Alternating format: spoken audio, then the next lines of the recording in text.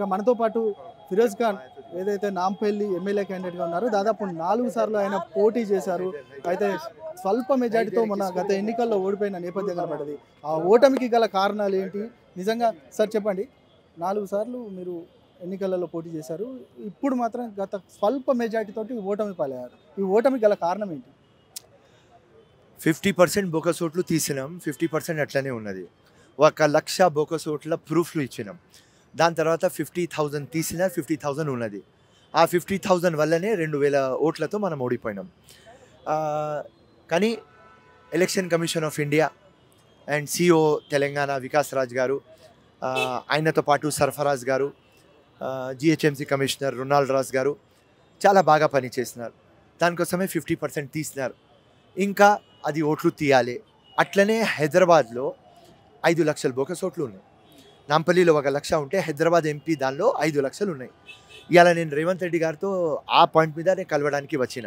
ఇప్పుడు మా machine vision ఏమంటే ప్యూరిఫికేషన్ ఆఫ్ ఎలక్ట్రల్ రోల్ కావాలి. ఇది మా సబ్జెక్ట్. బోకస్ ఓట్లు ఉన్నాయి కాబట్టి మేము ఓడిపోతున్నాం. వేరే కాన్స్టిట్యువెన్సీ జూబ్లీహిల్స్ కానీ, ముషీరాబాద్ కానీ, సికింద్రాబాద్ కానీ, నిర్మల్ కానీ, నిజామాబాద్ అంటే గెలిచి వచ్చేది. ఇవాళ మినిస్టర్ ఉండేది. అన్ఫార్చునేట్ మా ఏరియా అట్లా ఉన్నది. కానీ ప్రజలు ఓట్లు వేసినారు. 60,000 ఓట్లు వేసినారు. సో అందరు ప్రజలకు thank you so much. So ఈ బోకస్ ఓట్ల మీద నా ఫైట్ ఉన్నది. దానికోసమే రాజకీయంలో నేను వచ్చిన.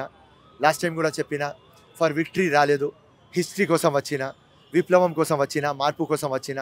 తప్పకుండా ఈ ఓట్లు తీస్తాం. ఇప్పుడు మా గవర్నమెంట్ వచ్చింది. ఆ మొత్తం బిఎల్ఓస్, బూత్ లెవెల్ ఆఫీసర్స్ ఎవరు ఓట్లు డిలీట్ చేస్తున్నారు, ఎవరు ఓట్లు యాడ్ చేస్తున్నారు, వాళ్ళు ఒకవేళ కరెక్ట్ చేయకపోతే వాళ్ళ మీద కేసులు బుక్ చేస్తాం, జైలుకి పంపిస్తాం, సస్పెండ్ చేపిస్తాం. ఇది చేస్తేనే ప్యూరిఫికేషన్ ఆఫ్ ఎలక్ట్రల్ రోల్స్ అయితే, లేకుంటే గావు. ఒక చర్చ మాత్రం జరుగుతుంది సార్.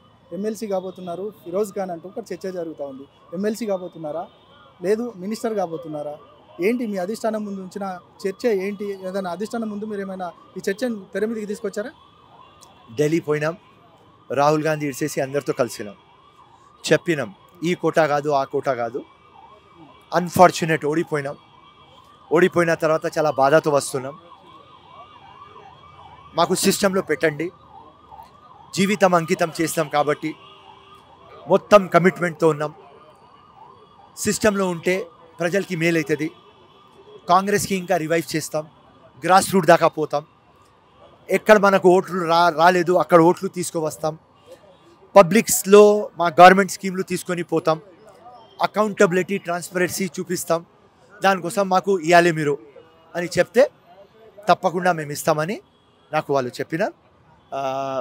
రాహుల్ గాంధీ కానీ, ప్రియాంక గాంధీ, సోనియా గాంధీ గారు, ఖర్గేజీ, కేసీ వేణుగోపాల్జీ, రేవంత్ రెడ్డిజీ అందరి మీద నమ్మకం ఉన్నది. తప్పకుండా వాళ్ళు సిస్టంలో తీసుకువస్తామన్నారు. ఏ జాబ్ ఇస్తారు దానికి ఇమాందారీతో చేస్తాం. అంటే ఈ 10 రోజుల పరిపాలన ఎట్లా ఉంది? రేవంత్ రెడ్డి గారి పరిపాలన ఎట్లా ఉందంటే మీరు ఏం చెప్తారు?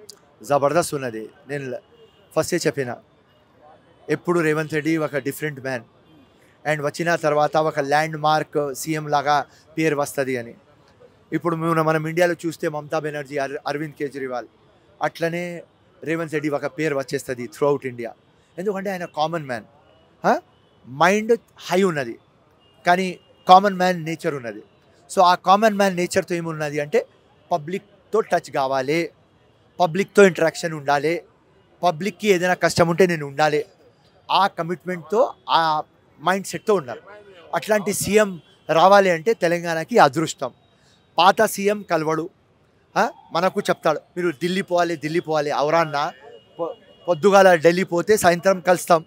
కానీ నువ్వు ఇక్కడ ఉండిన తర్వాత 3 నెలలు నీతో కలవడానికి కష్టం. ఇవన్నీ చూసుకున్న తర్వాత ప్రజలు ఈ బంగారు తెలంగాణని చిప్ప తెలంగాణ చేసినారు. ఈయన దొరకడు, దొరరాజ్యం పోవాలి. అవన్నీ చూసుకొని రేవంత్ రెడ్డి ఏం డిసైడ్ అయినారంటే కామన్ మ్యాన్ నాకు పవర్ ఇచ్చింది, కామన్ మ్యాన్లో ఉంటా, కామన్ మ్యాన్ దగ్గర ఉంటా. అదే ఆయన చేస్తున్నాడు. జబర్దస్త్ చేస్తాడు. రేవంత్ రెడ్డి 5 years కోసం ముఖ్యమంత్రి గాడు. తమ్ముడు రాసుకో ఫిరోజ్ ఖాన్ మాట, 15 years దాకా రేవంత్ రెడ్డి. ఇలా అంటున్నారు బీఆర్ఎస్ ఎమ్మెల్యేలు, కడియం శ్రీహర్ లాంటి వాళ్ళు అంటున్నారు 6 నెలల తర్వాత ఇక మా ప్రభుత్వం రాబోతుందని అంటున్నారు. దీన్ని ఎట్లా చూస్తారు? 1 month తర్వాత ఎన్ని ఎమ్మెల్యేస్ కాంగ్రెస్ జాయిన్ చేస్తారు మీరు చూడండి. ఏం చేస్తారు అక్కడ ఉండి? Collector, commissioner, MRO, RDO, DSP, circle, section ఆఫీసర్లు అందరు కాంగ్రెస్దే. బ్యాండ్ కొట్టుకుంటారు. వాళ్ళ ఎమ్మెల్యే వచ్చేస్తారు. వాళ్ళ ఎమ్మెల్యేలు కూడా తెలుసు ఈ రేవంత్ రెడ్డి పోడు, గట్టోడు, పిచ్చోడు, తిక్కోడు అమ్మా, రైట్. కేసీఆర్ కూడా అంటే వయసు ఉంటుంది, ఏదో కేసీఆర్కి అవుతుంది. కానీ ఇక్కడ యంగ్స్టర్ ఉన్నాడు, వీడు 15 years పోడు. మా బతుకు బస్ స్టాండ్ అవుతుంది బీఆర్ఎస్లో. అందరు బీఆర్ఎస్ నుంచి ఇక్కడ వస్తారు. చూడండి, అంటే ఎవరైనా టచ్లో ఉన్నారని చాలామంది ఉన్నారు టచ్, చాలా ఒక 10 మంది ఉన్నారు. 10 రాబోతున్నారా? ఖచ్చితంగా 100% వస్తారు. డౌట్.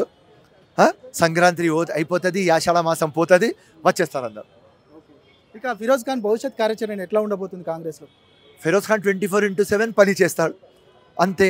కాంగ్రెస్కి అర్ధరాత్రి ఉన్నప్పుడు కూడా పని చేసిన, కాంగ్రెస్లో సునామీ వచ్చినప్పుడు కూడా పని చేసిన.